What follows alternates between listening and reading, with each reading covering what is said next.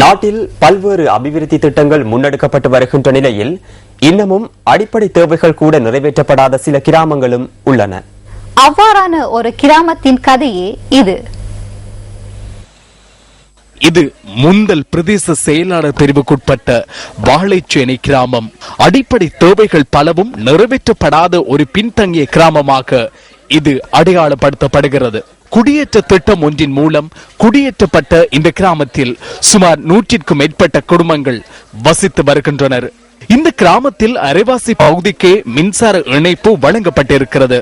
எனினும் மிகுதி பகுதிகள் இன்னும் இருளிலேயே மூழ்கி உள்ளன. கரண்ட் இல்லை, ரொம்ப நாளாக இருக்கும். பக்கத்து ஊருக்கெல்லாம் கரண்ட் இருக்கு, நமக்கு கரண்ட் இல்லை. வளர்ச்சி காடு இருக்கு, பூச்சிலாம் வரும். கடந்த பல வருடங்களாக வீதிகள் புனரமைக்கப்படாத நிலையில் இருப்பதாகவும் மக்கள் தெரிவிக்கின்றனர். இதனால் தாம் நாளாந்தம் பல்வேறு போக்குவரத்து பிரச்சனைகளை எதிர்கொள்வதாகவும் அவர்கள் குறிப்பிடுகின்றனர்.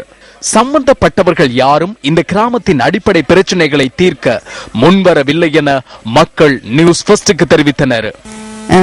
ரோட்டும் அந்த மாதிரி தான். மழை வந்தால் இந்த நடுவு இப்படி போக வேலாது. கோயிலுக்கு கூட ஒருத்தர் எங்கிட்டு இருக்காக்களோ ஒருத்தரும் கவனிக்கு பார்க்குறதும் இல்லை எங்களை.